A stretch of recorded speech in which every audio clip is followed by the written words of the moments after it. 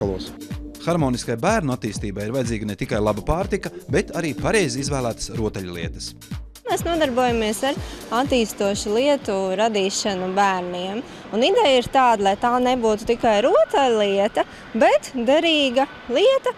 Šī gadījumā, cik mēs sākām vasarā, doma ir somiņas.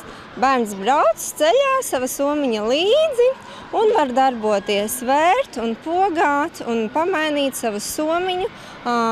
Reizē viņa ir noderīga, un reizē viņa kalpo arī pirkstiņu attīstīšanai, domāšanas, radošuma attīstīšanai. Tas ir no dabīgiem materiāliem, no kokvilnas, no līna. Pagaidām iepērkam šeit pat Latvijā, sadarbojamies ar mūsu Latvijas ražotājiem. Ideja radās sintezējoties ļoti daudz kam kopā.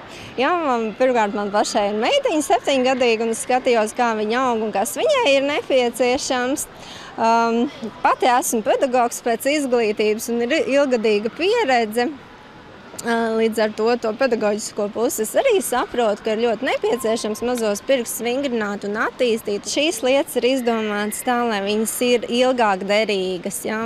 Var gan mācīties, gan arī viņas lietot un pamainīt, un lai viņas neapniktu tik ātri. Kur izvērsties ir patiesībā plaši. Doma pilna galva.